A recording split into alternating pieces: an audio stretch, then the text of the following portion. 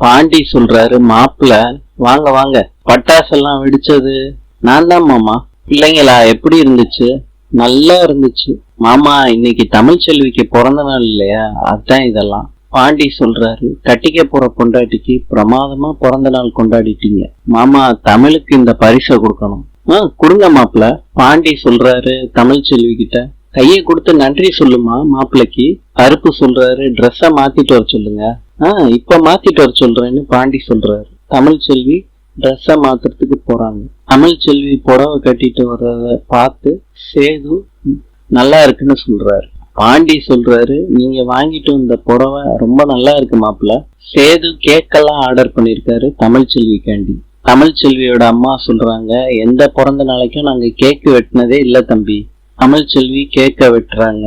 சேதுக்கு ஊட்டுன்னு சொல்றாங்க அவங்க அப்பா. சேது தமிழ்ச்செல்விக்கு ஊட்டுறாரு. எல்லாரும் சேர்ந்து குரூப் போட்டோ எடுத்துக்கிறாங்க. சேதுவும் தமிழ்ச்செல்வியும் தனியா போட்டோ எடுத்துக்கிறாங்க. அப்ப சேதுவுக்கு ஒரு போன் கால் வருது. கல்யாணத்தை நிறுத்தினது யாருன்னு நாளைக்கு காலையில தெரிஞ்சிருந்தேன்னு சொல்றாங்க சேது கிட்ட. கருப்பு யாருன்னு கேக்குறாங்க. நம்ம வாடிப்பட்டி சண்முகம் தான். போனை போட்டு யாரு கல்யாணத்தை நிறுத்தினதுன்னு நம்ம கேட்டோம்ல, இந்த தகவல் நாளைக்கு காலையில கிடைச்சிரும் மாமான்னு சொல்ற. மாமா, நாளைக்கு காலையில எவன் போனை போட்டு கல்யாணத்தை நிறுத்துறான்னு நமக்கு தெரிஞ்சிரும் மாமா. ஆமா, போயிட்டு வரேன் மாமான்னு சொல்லிட்டு சேது கிளம்புறாரு. ஐயோ, நாளைக்கு காலையில தெரிஞ்சிருமா?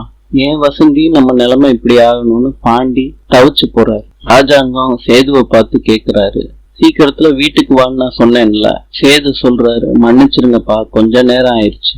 ராஜாங்கம் சொல்றாரு, யாரு கல்யாணத்தை நிப்பாட்டினதுன்னு நம்ம கண்டுபிடிக்கணுயா சேது. அவங்கள பழிக்கு பழி வாங்கணுயா. தான் சேது, என் மனசுல இருக்க வலி ஆரம். கண்டிப்பா நான் செய்வேன்பா. ஒரு முக்கியமான விஷயம்ப்பா. நாளைக்கு ஒரு முக்கியமான தகவல் நமக்கு கிடைக்க போகுது.